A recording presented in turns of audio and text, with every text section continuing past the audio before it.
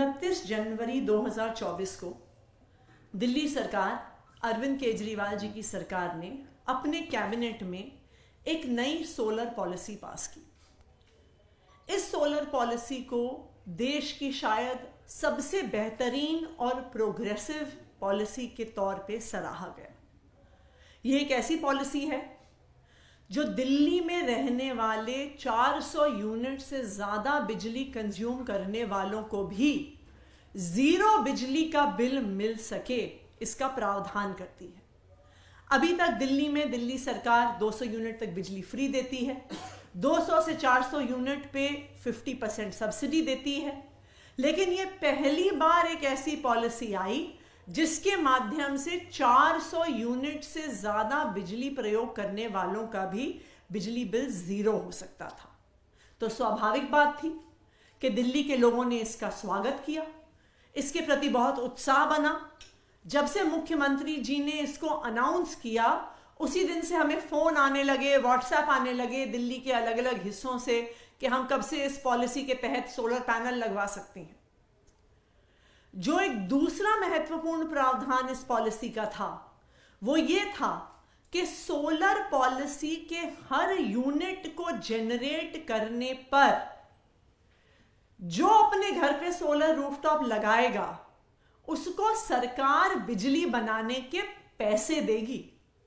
That means कि अगर मेरे घर के छत पर सोलर प्लांट लगता है, मैं जितनी बिजली जनरेट करती हूं मुझे फ्री तो मिलेगी, लेकिन उसके अलावा सरकार इस सोलर पावर जनरेशन के लिए मुझे अलग से पैसे देगी। 3 किलोवाट तक की बिजली के लिए 3 रुपए यूनिट इंसेंटिव दिया जाएगा सरकार से, और 3 किलोवाट से 10 किलोवाट तक 2 रुपए प्रति यूनिट का इंसेंटिव दिया जाएगा। तो ना सिर्फ मेरा बिजली का बिल जीरो आएगा, मैं सोलर पावर प्लांट के माध्यम से, रूफटॉप सोलर पावर प्लांट के माध्यम से पैसे कमा भी सकती। ये इतनी एम्बिशियस सोलर पॉलिसी है कि दिल्ली के बढ़ते हुए इलेक्ट्रिसिटी कंजम्पशन के बावजूद इस सोलर पॉलिसी के माध्यम से हमारा ये टारगेट है कि 2027 तक दिल्ली में इस्तेमाल होने वाली 20% बिजली सोलर एनर्जी के माध्यम से आएगी, जो शायद मेरे ख्याल से किसी भी राज्य से ज्यादा होगा। 29 जनवरी को इस पॉलिसी को कैबिनेट द्वारा पास किया गया। उसके 2-1 दिन बाद एक ऑफिशियल नोटिफिकेशन कैबिनेट के डिसीजन का आया। फिर पावर डिपार्टमेंट ने इस फाइल को एलजी साहब के पास भेजा। यह बहुत दुख की बात है कि एलजी साहब द्वारा इतनी बेहतरीन सोलर पॉलिसी जो दिल्ली के लोगों को फायदा देगी, जो पर्यावरण को फायदा देगी, जो प्रदूषण को कम करेगी, एलजी साहब सबसे पहले तो इस फाइल को लेके बैठ गए। उन्होंने कई दिन तक इस फाइल को वापस ही नहीं भेजा। फिर इस मुद्दे को पावर डिपार्टमेंट ने एलजी ऑफिस से परस्यू किया। मैंने व्यक्तिगत तौर पर एलजी ऑफिस से बात कर करके कई बार यह सवाल पूछा कि सोलर पॉलिसी की फाइल कब वापस आएगी, क्योंकि हमें सोलर पॉलिसी को नोटिफाई करना है। हमारे इतने परस्यू करने के बाद जब एलजी साहब इस फाइल को और रोक नहीं पाए तो उन्होंने ऊल जलूल सवाल लगाकर इस फाइल को वापस भेज दिया। यह ऊल जलूल सवाल लगाने से, ये ऑब्जेक्शन लगाने से क्या होता है, इस ऑब्जेक्शन का मतलब क्या होता है, आप इस बात को समझिए कि अब जब अनेकों सवाल के साथ फाइल वापस आएगी, जब ऑब्जेक्शन के साथ फाइल वापस आएगी, तो वो एक अफसर से दूसरे अफसर के पास जाएगी, दूसरे अफसर से तीसरे अफसर के पास जाएगी, तीसरे अफसर से चौथे अफसर के पास जाएगी, और ये फाइल घूमती रह जाएगी। यह ऑब्जेक्शन लगाने का सिर्फ एक ही ध्येय है कि इस पॉलिसी को रोका जाए और अगले महीने आने वाली आचार संहिता से पहले इस पॉलिसी को नोटिफाई नहीं होने दिया जाए, इस पॉलिसी को इंप्लीमेंट नहीं होने दिया जाए। क्यों? क्योंकि अगर ये सोलर पॉलिसी नोटिफाई हो जाती है और अगर ये सोलर पॉलिसी इंप्लीमेंट हो जाती है तो दिल्ली वालों को इससे फायदा होगा। दिल्ली वाले अरविंद केजरीवाल की सरकार से खुश होंगे, उनके पॉलिसीज से खुश होंगे, उनको वोट डालेंगे। तो आज एलजी साहब इस शहर की, इस राज्य की सबसे बड़े संवैधानिक पद पे बैठे होने के बावजूद अपनी पद की गरिमा को भूलकर आज भारतीय जनता पार्टी की तरफ से बैटिंग कर रहे हैं। आज वो भारतीय जनता पार्टी को चुनाव में वोट दिलवाने के लिए आज वो अब हर संभव प्रयास कर रहे हैं।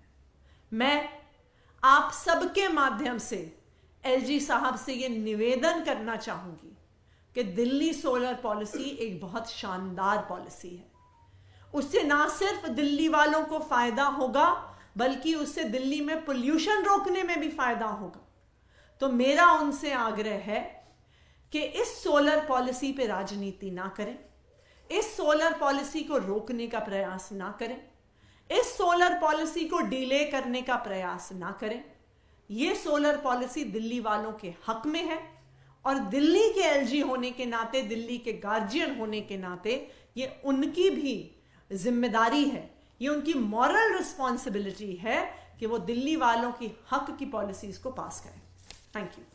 मैम, क्या एलजी पूछ तो सकती है, अगर कुछ उनके मन में सवाल है पूछ तो सकती है। इससे पहले भी तो उन्होंने सवाल पूछे हैं, तो इस बार क्या कुछ या समय ज्यादा लगा है, क्या कुछ नया हुआ इस बार? दूसरा सवाल इसमें यह है कि उन्होंने कहा कि इसमें पॉलिसी में ऐसा प्रावधान है कि इससे दूसरे लोगों को फायदा होगा। रेस्को प्रावधान की बात उन्होंने कही है जिससे बिजली कंपनियों को फायदा होगा। ये कुछ निजी कंपनियों को फायदा। ये रेस्को प्रावधान क्या है, अगर आप फिर दोनों को बता दीजिए। देखिए, सबसे पहली बात आप इस बात को समझिए, ये निर्णय कैबिनेट के द्वारा 29 जनवरी को हुआ। आज इस निर्णय को हुए तकरीबन 1 महीना हो गया।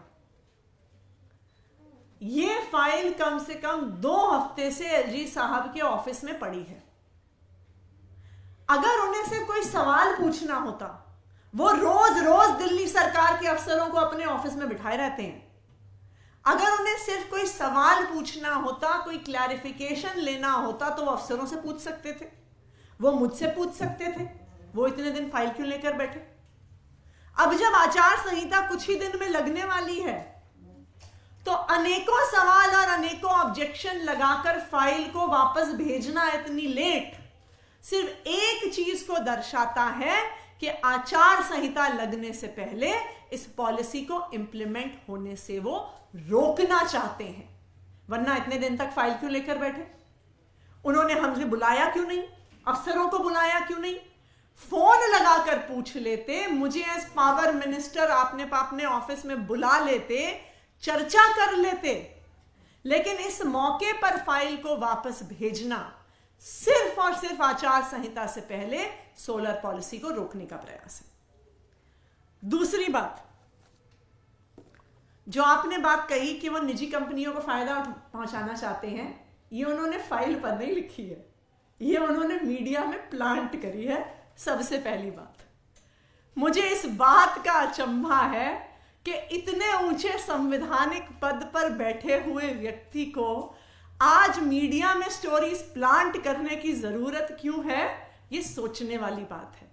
क्योंकि जब वो, ये आप लोग भी जर्नलिस्ट होने के माध्यम से इस बात को याद रखें कि कुछ दिन बाद अगर ये मामला कोर्ट जाएगा तो एलजी ऑफिस वहां पे एफिडेविट फाइल कर देगा कि हमने कोई ऐसी खबर नहीं दी है, हमने कोई प्रेस रिलीज नहीं दी है, जैसा वो कई मामलों में पहले कर चुके।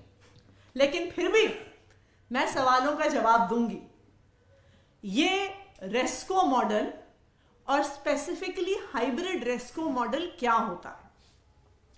देखिए, सोलर पॉलिसी जब हम लेके आते हैं सोलर पॉलिसी, तो हमने ऐसा पाया है कि जो सबसे बड़ा ऑब्स्टिकल या रोड ब्लॉक होता है लोगों को सोलर पैनल लगवाने में, सोलर प्लांट अपने रूफटॉप पे लगाने में, वो होता है उसका अपफ्रंट कैपिटल इन्वेस्टमेंट। कि सोलर जो आपके पैनल्स हैं उसको लगाने में आपका शुरू में लाखों रुपए का खर्चा आ जाता है, डिपेंडिंग अपॉन आप कितने यूनिट का, कितने किलोवाट का प्लांट लगा रहे हैं। हालांकि दिल्ली सरकार भी इसमें कुछ सब्सिडी दे रही है, केंद्र सरकार भी इस कैपिटल इन्वेस्टमेंट के लिए सब्सिडी दे रही है अपनी सोलर पॉलिसी के तहत, लेकिन फिर भी एक अपफ्रंट इन्वेस्टमेंट करने में कई बार लोग हिचकिचाते हैं। ये रेस्को मॉडल एक ऐसा मॉडल है जिसके माध्यम से कोई प्राइवेट कंपनी जो सोलर प्लांट्स लगाती है वो अलग अलग लोगों के रूफटॉप पर, चाहे वो किसी ऑफिस का रूफटॉप हो, चाहे किसी कमर्शियल बिल्डिंग का रूफटॉप हो, या किसी के घर का रूफटॉप हो, किसी ग्रुप हाउसिंग सोसाइटी का रूफटॉप हो, रेस्को मॉडल के हिसाब से जो कैपिटल इन्वेस्टमेंट है वो प्राइवेट कंपनी करेगी, जो रूफटॉप है वो घर का मालिक देगा, और जिसके घर पे रूफटॉप सोलर लग रहा है उसको बिना कैपिटल इन्वेस्टमेंट किए सस्ती सोलर बिजली मिलेगी।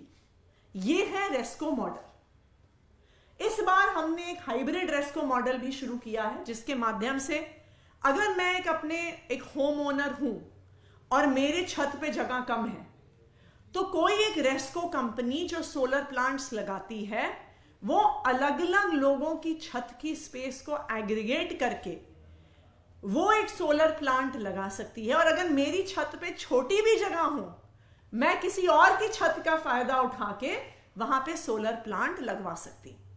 बताइए ये अच्छी स्कीम है कि खराब स्कीम है? ये स्वाभाविक बात है कि ये बहुत ही अच्छी स्कीम है कि जो अपफ्रंट पैसा नहीं भी लगाना चाहता, जिसके छत पर भी जगह नहीं है सोलर पैनल लगाने की, उसको भी इस रेस्को मॉडल के माध्यम से और इस हाइब्रिड रेस्को मॉडल के माध्यम से सोलर बिजली इस्तेमाल करने की अपॉर्चुनिटी मिलेगी। इस शहर के पर्यावरण को बचाने की अपॉर्चुनिटी मिलेगी, इस शहर में प्रदूषण कम करने की अपॉर्चुनिटी मिलेगी। तो ये ऑब्वियस बात है कि ऐसी पॉलिसी पर कोई इनकार नहीं कर सकता है, लेकिन इस पर सवाल उठाना सिर्फ और सिर्फ इस पॉलिसी को आचार संहिता से पहले रोकने का प्रयास है। मैम एक सवाल है, आगे क्या करेंगे आप? मैम सवाल है आपसे कि इससे थोड़ा इससे हटकर है, भारतीय ये बताया जा रहा है कि CAA लेके आ सकती है केंद्र सरकार, वो भी मार्च के पहले ही हफ्ते में, और उसके लिए पोर्टल भी तैयार कर लिया गया है, सारी तैयारी जो है वो कर ली है। इससे पहले भी बहुत सारा विवाद जुड़ा रहा है CAA से, लेकिन अब एक बार फिर इसकी तैयारी।